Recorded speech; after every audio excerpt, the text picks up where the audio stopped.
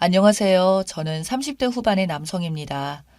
어쩌다 제가 이런 일의 주인공이 되었는지 모르겠네요. 적어도 TV에서나 봤었던 바람 피우는 부부 문제로는 적어도 저한테는 생기지 않을 거라 생각을 했었어요. 그것도 아기가 둘이나 있는 여자가 말이죠. 저는 아내와 20대 후반에 만났습니다. 친구의 소개로 처음 만난 자리에서 아내가 저한테 한 말은 자기는 남자를 별로 좋아하지 않는다였습니다.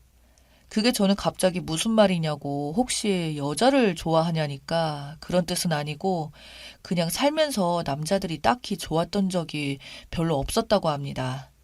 매일같이 자기를 귀찮게만 하고 예전에 20대 초반 시절 남자친구에게 너무 시달렸다고, 그래서 그 이후로는 연애를 안 하고 산다고 하더라고요. 저는 그래서 문득 그럼 이 자리에 왜 나온 거지? 하는 생각을 하게 되었고, 정말 별의별 생각이 다 들더군요. 그래서 저는 그러냐고, 저는 사실 이제 나이도 있고 해서 진지하게 결혼을 생각하시는 진지한 분을 만나고 싶다고 말하며, 그럼 우리 여기까지 하고 일어나자고 만난 지 10분 만에 이야기를 했습니다. 그러자 아내는 어이가 없다는 표정으로 저를 노려보더니 자기가 찬 남자들은 많았어도 자기한테 이렇게 무례한 남자는 없었다며 무슨 소개팅에 와서 10분 만에 일어나냐고 따지더군요. 그래서 저는 말씀드렸다시피 결혼할 마음도 없고 연애할 마음은 더더욱 없는 여자분과 왜 제가 자리에 같이 앉아서 시간을 보내야 되냐고. 저는 당신의 시간을 때워줄 남자가 아니라고. 지금 그 말투, 그 태도들도 난 남자가 필요하진 않지만 나름 어렵게 나와준 거니 어디 나한테 한번 제대로 맞춰봐라. 뭐 이런 거 아니냐고 말을 하였고, 그때부터 아내와 말싸움을 계속하게 되면서 저에게 이렇게 된 거 술이라도 한 잔 먹자고 하더군요. 그런데 또 남녀가 술을 먹다 보니 이런저런 이야기들을 하게 되고 또 친해지게 되었고, 그렇게 아이러니하게도 저희는 술친구로 시작해서 연인이 되었고, 정말 다른 남자들에게는 무뚝뚝하지만 사귀게 되니까 저한테만 챙겨주는 이 여자에게 저도 푹 빠져서 몇 년간 연애 끝에 결혼까지 하게 되었습니다. 아내는 묘하게 특이했던 여자였어요. 앞서 말한 첫 만남처럼 평범하지 않은 말투나 성격에 어울리지 않게 외모도 이쁘장하게 생겨서 인기도 많아 보이는 인상이었습니다. 하지만 진짜 남자들에게는 정말 별로 관심이 없다는 듯이 아내가 다니던 회사에서 누가 연락이 오면 아주 쌀쌀맞게 대하고 휴대폰도 제 앞에서 툭 던지고 다니며 제가 얼떨결에 보든 말든 아무 신경도 안 쓰는 그런 여자였죠.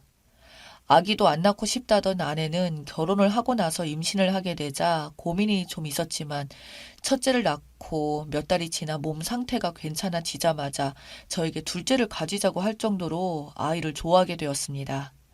그렇게 둘째까지 가지게 되었을 때부터는 아내가 아이들을 위해서 일을 나가는 것보다는 육아에 힘을 쓰고 싶다고 말을 하더군요. 솔직히 저는 그때 고민을 참 많이 했습니다. 제 월급이 적은 편은 아니었지만 아내 월급도 만만치 않았거든요. 아내는 월급을 벌어서 도우미 아주머니 불러서 쓸 거면 내가 낳은 아이들 내 손으로 직접 키워야 되지 않겠냐며 말을 하는데, 막상 아내가 그만두면 그만큼 생활비의 돈이 절반으로 줄어드는 데다가 그 돈이 도우미 아주머니를 쓴다 해도 많이 남는 수준의 월급이었던지라 그 문제로 아내에게 돌려서 기분 안 나쁘게 이야기해봤지만 저희의 의견은 좁혀지지 않았고, 결국 아내가 어느 날 돌보미 아줌마랑 육아 문제로 대판 싸운 이후로 저한테 말 한마디 상의 없이 집에 와서는 나 오늘 회사에 사표 내고 왔다고 하더군요. 잠시 저는 넋을 놓았지만 이미 회사에 사표를 냈다는데 어떻게 하겠습니까? 그리고 제가 하는 일이 진짜 해외 출장이 많습니다. 농담이 아니라 한 달에 한 번은 해외 출장을 갈 정도였거든요. 그래도 제가 출장을 가도 도우미 아주머니가 도움을 주셔서 그나마 괜찮았는데, 이제 아내가 그만두면 돈이 모자라서 아주머니를 둘 수가 없는데 애들은 과연 아내가 어떻게 혼자 둘이서 돌볼지 걱정이 되더라고요. 그렇게 우려 반 염려 반으로 약 1년의 생활을 시작했는데 아니나 다를까 아내가 어느 날부터 너무 힘들다, 미칠 것 같다는 말들을 계속 저에게 반복적으로 하더군요. 저도 출장이 많다 보니 출장이 없을 때는 진짜 집에 퇴근하고 와서 청소도 제가 도와주고 쓰레기 버리거나 빨래 걷는 것도 제가 대부분 도맡아서 하고, 나름대로 아내의 눈치를 계속 보면서 도움을 주긴 했는데 아내는 집안에 있는 것 자체가 갑갑해 죽을 것 같다고 하더군요. 심지어 이제는 아이들도 점점 밉다는 말을 하는데 저는 그래서 아내에게 그러면 이제 와서 어떡하냐고 했더니 자신이 다시 그럼 회사에 취직을 하겠다고 합니다. 하지만 1년이나 쉬어버린 아내는 나이가 있는 데다가 취직이 어디 내 맘대로 구하기나 쉽겠습니까? 아내는 걱정 말라 하고 말하며 처음에는 기고만장해져서 어디든 자기가 가겠다고 하면 다시 받아줄 거라고 이래 봐도 예전에는 다른 회사에서 스카우트 은근 많이 받았다고 또한 저번에 회사에서 나올 때만 해도 그때 사장이 붙잡으면서 월급까지 올려주겠다고 말했었다며 호언장담을 했었지만 세상 일이 진짜 그렇게 만만할 리가 없죠. 아내의 말과는 달리 아내를 받아주는 곳은 결국 아무것도 없었습니다. 그동안 저희 본가에서 애들을 돌봐주시고는 했는데 아내는 구직 활동한다고 하곤 3개월 동안 마땅한 소식도 없이 매일같이 그냥 아침에 집을 나가버리더군요. 나중에는 저희 엄마가 저한테 말하기를 대체 며느리는 취직한 것도 아닌데 어딜 저렇게 아침마다 나가냐며 저한테 화를 내실 지경이라 저도 참다가 아내에게 넌지시 말하기를 취직 안 되면 그냥 예전처럼 아이들 돌보면 안 되겠냐고. 우리 엄마도 잠시 몇 주만 돌봐주신다고 해서 온 건데 이게 몇 달이 되니까 불편해 하신다고 했더니 아내는 저에게 쌍심지를 키면서 소리를 지르며 당신도 나 지금 취직 못한다고 무시하는 거냐며 시댁까지 이러니까 자기가 뭘 할 수 있냐고 승질을 내더군요. 결국 저희 어머니를 돌려보내고 돌봄의 아줌마를 쓰게 되었는데 진짜 아이들 학원이나 활동하던 것도 대부분 끊을 수밖에 없었습니다. 아내는 그럴수록 더욱 밖으로 나돌며 취업 스터디다 뭐다 하며 집에 들어오는 것도 싫어하더군요. 결국 큰 문제로 싸움까지 가게 되었습니다. 저는 아내에게 도대체 집에서 아내와 엄마로서 하는 게 뭐가 있냐고 우리 아이들을 위해서 잘 다니던 회사 때려치우고는 육아에 전념했었다가 이제는 취직한다고 몇 달을 돌아다니는데 소식은 없고 심지어 이제는 이것도 저것도 아니고 아이들 싹 다 내팽겨치고 요즘 도대체 뭐하고 다니냐고 하니까 그때서야 아내는 보험이라도 하겠다고 하더군요. 자기가 또 영업 하나는 자신이 있다면서 인맥들도 아직 많고 이런 소리를 하길래 그거에서 얼마나 벌겠다고 말하니 두고 보라며 자기가 영업직이 시작하면 보험왕은 시간 문제라며 웃는 겁니다. 그래서 두어 달만 도전해보고 아니다 싶으면 그땐 진짜 아이들만을 위해서 육아에 다시 신경 써달라고 말했습니다. 그러던 와중에 제가 회사에 또 출장으로 유럽으로 가게 되었습니다. 아내는 출장 가는 기간만이라도 애들이랑 있어달라고 했더니 아내는 잠시 고민 좀 하더니 알겠다고 하더군요.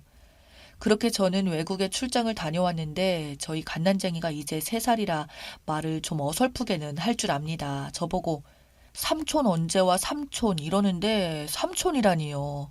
아내는 외동이고 저도 외동이라 삼촌이 있을 수가 없는데 그래서 저는 무슨 삼촌? 어디서 봤어? 라고 하니까 우리 집에서 라고 말을 하길래 저는 아내에게 물어봤더니 아내는 당황한 표정으로 수리기사가 왔다 갔다 하더군요. 저는 그래서 뭘 수리했냐고 물어보니 순간 당황하며 말을 계속 더듬던 아내. 저는 평소 봤던 아내 모습이 아닌 횡설수설하는 아내를 봤습니다. 직감적으로 불안함이 느껴지더군요. 바로 바람을 피우고 있다는 것을요. 남자를 집안으로 데려왔던 겁니다. 이 여자가 저 없는 출장 기간 동안 그놈이랑 같이 먹고 자면서요. 저는 순간 분노에 치밀어 올라 따지기 시작했더니 아내는 자기가 위로받지 못한다는 생각이 들었다고 근데 그 남자는 자기를 한 아이의 엄마가 아니라 여자로 봐준다면서 말을 하며 자기가 잘했다는 듯이 말을 하는데 저는 너무 화가 나서 그만 아내의 뺨을 때리게 되었습니다. 뺨 맞은 아내는 아무리 화가 났어도 자기 이렇게 때릴 줄 몰랐다며 바로 짐을 싸서 그대로 친정으로 가버리더군요. 참 길고 긴 타국에서 출장 끝에 돌아왔더니 글쎄 저에게 돌아온 것은 바람 피운 아내라니. 정말 제가 누구를 위해서 이렇게 일하고 있는 건지 도대체 무엇 때문에 내가 이러고 사는 건지 너무 허탈하더군요. 저는 그 이후로 저희 부모님께 말씀드려서 아내와 싸웠다고 말만 하고는 아이들을 또다시 부탁드리며 회사를 다니고 있는데 갑자기 경찰서에서 저에게 전화가 오더군요. 아내가 저를 고소했다고요. 자기를 때렸고 항상 집에서 못 살게 하고 욕설에 바람도 피우고 아주 이야기만 들으면 세상에서 둘도 없는 쓰레기를 만들어 놨습니다. 제가 경찰서에 갔다는 이야기에 저희 집에서도 깜짝 놀라서 왔고 저는 진술을 다 했습니다. 그런 일들은 애초에 없었고 오히려 역으로 저는 아내에게 당하고만 살았다고 말했습니다. 경찰서에 온 저희 부모님도 모든 자초지종을 알게 되었고 장인어른과 장모님은 찰떡같이 자기 딸의 말만 믿고는 제가 나쁜 놈이라고 주장하는데 개판도 그런 개판이 없었습니다. 딱 봐도 들통나 보일 거짓말에 처가 식구들까지 제 탓을 하니 이 인간들 장난 아니더군요. 그래도 아내 거짓말들이 어디 통하나요? 저는 제가 해온 일들이 증거가 있는데 당연히 아내의 주장과는 알리바이는 맞지도 않았고 그렇게 하나씩 아내의 거짓말이 드러나기 시작하자 버럭하며 화를 내던 장인어른도 점점 침울한 표정으로 이야기하더니 나중에는 저를 따로 불러내서 그저 저한테 너무나도 미안하다며 근데 자기도 자기 딸이니까 어떻게 한 번만 봐줄 수 없겠냐고 자기가 잘 알아서 딸을 타이르겠다고 하더군요. 하지만 저는 장인어른께 말씀드리기를 그런 말씀 하실 거면 진작부터 하셨어야 했다고. 아내의 거짓말이 모두 들통나니까 이렇게 바로 언제 그랬냐는 듯 태세전환하는 건 아니지 않냐고. 저는 죄송하지만 이미 일이 너무 멀리 갔고 절대 이 일로 인해서 가만두지 못하겠다고 말을 했고 그 이후로 아내가 만나는 남자부터 뒤를 캐봤더니 와, 이건 뭐 진짜 해도 너무하다는 게 이런 거더군요. 알고 보니 아내는 취직한다는 핑계로 사람들과 매번 놀러 다녔고 심지어 바람이 났으며 바람은 아주 그냥 애교 수준이었습니다. 심지어 돈까지 받고 남자들까지 만나고 다녔더군요. 자기 용돈으로 쓰려고요. 그 외에도 입에 담기도 힘든 온갖 일들을 다 하고 있더군요. 남자들이 싫다는 얘기를 하면서 어떻게 아내가 이럴 수 있나 싶더라고요. 그래서 추가로 조사하여 아내의 불법적인 것들 싹 다 잡아서 경찰서에 넣었더니 아내는 제게 찾아와서 한 번만 봐달라는데 저는 봐달라는 아내에게 말하기를 이미 내 손을 떠났다고 이제는 봐주고 자시고 어디에 있냐고 이혼은 소송으로 진행하자는 말만 하고 아내를 냉정하게 돌려보냈습니다. 당연히 아내는 그 문제들로 현재 경찰서를 들락거리며 재판 중에 있고 저는 이혼 소장을 보냈습니다. 아마 아내는 여러 가지 죄목들을 모두 통틀어서 실형을 면하지 못할 것이라는 이야기를 들었습니다. 이 와중에 제 소중한 아이들을 보면 엄마가 없는 게 참으로 미안하긴 하지만 그렇다고 저런 여자랑 계속 같이 살았다가는 제 아이들까지 물들까봐 오히려 대신 다행이라 생각하고 있네요. 긴 글 읽어주셔서 대단히 감사합니다.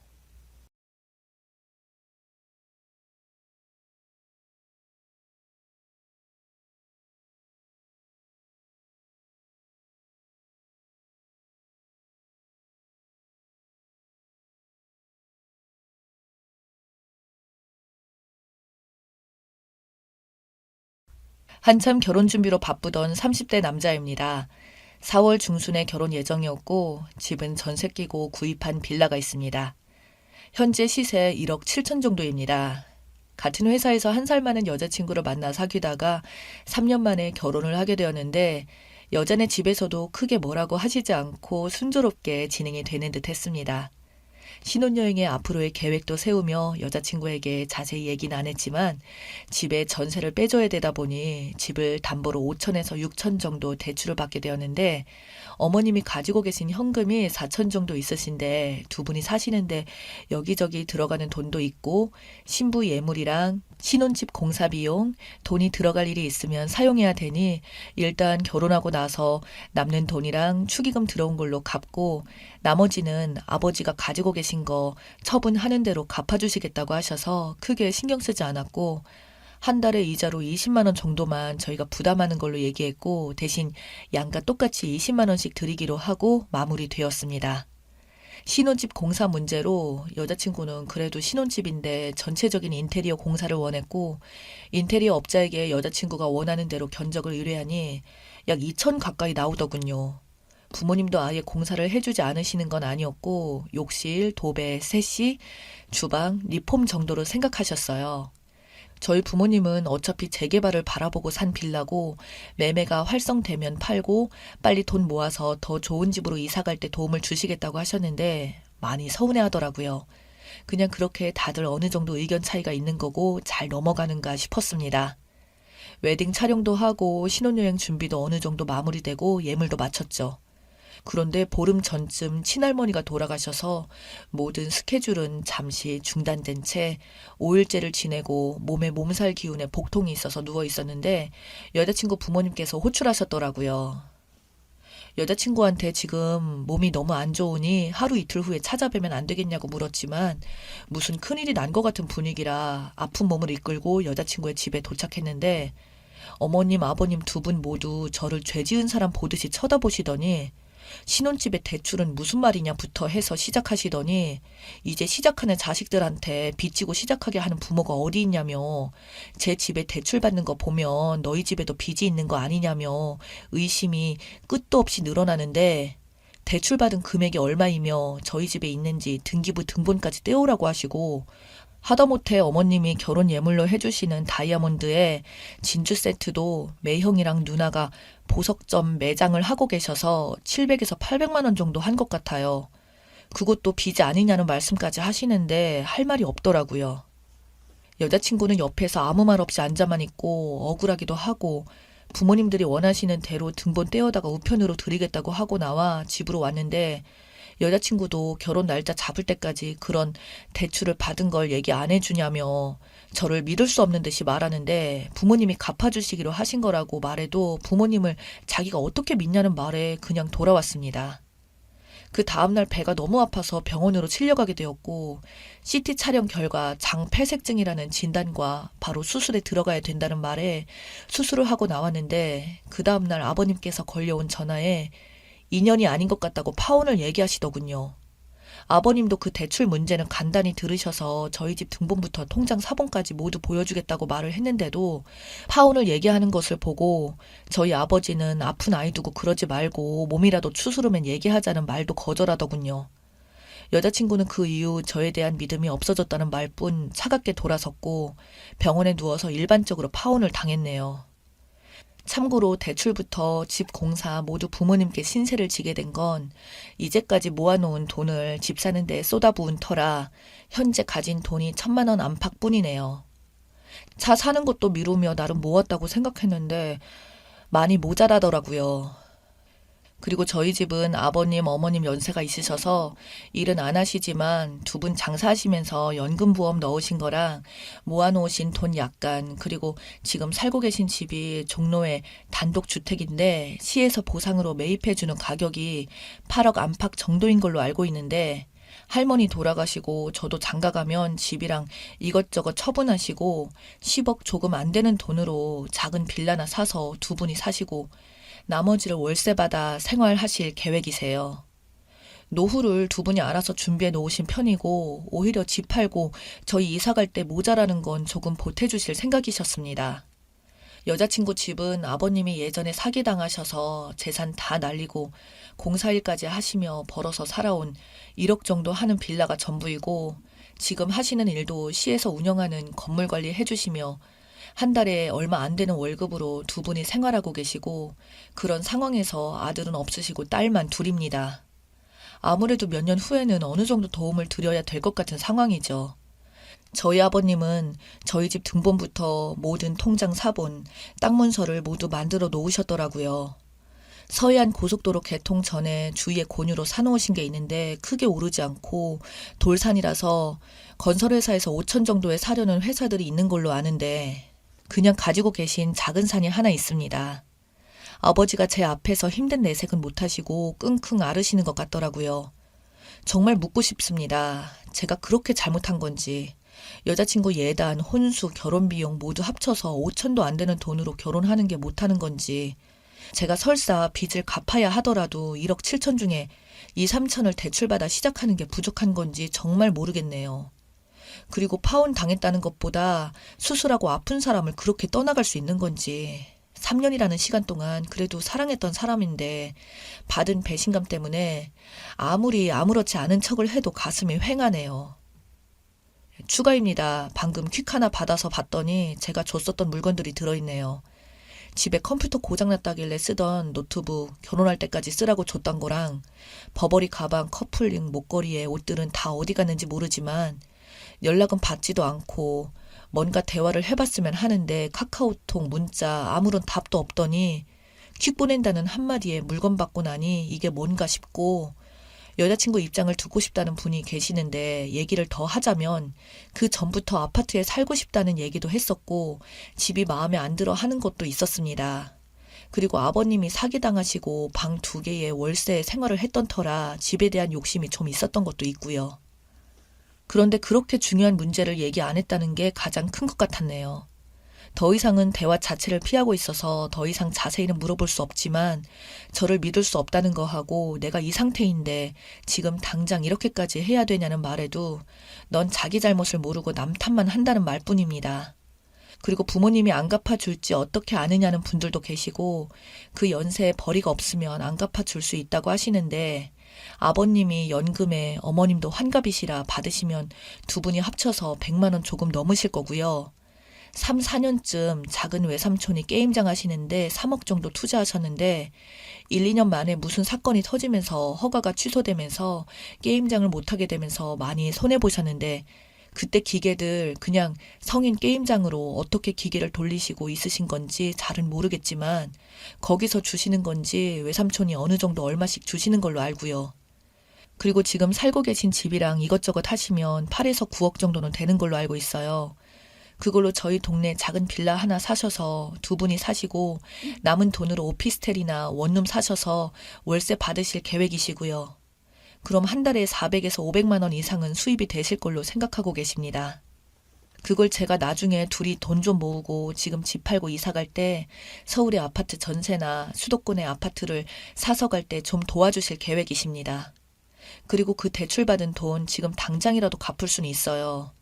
제가 가지고 있는 돈이랑 어머니 가지고 계신 돈으로 하면 얼추 되는데 제가 가지고 있는 돈은 이제 결혼도 하면 10년 된 아반떼를 계속 끌고 다니기도 그렇고 차를 바꿀 생각이었고 어머님이 가지고 계신 건 예물이랑 빚도 있고 돈도 들 것 같으니 일단 결혼하고 나서 남은 돈이랑 축의금 2천 정도 나올 테니 그 돈이랑 해서 바로 갚을 생각이었고요.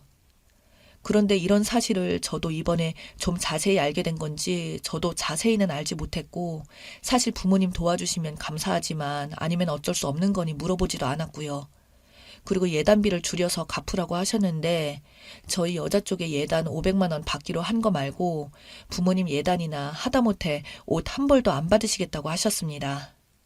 여자 예물 700만 원 정도의 화장품, 한복, 정장, 지갑, 가방, 신혼여행 이탈리아 계획이라 지금까지 1200만 원 주시기로 하셨고 금 놀이개 쌍가락지 준비하셨고요.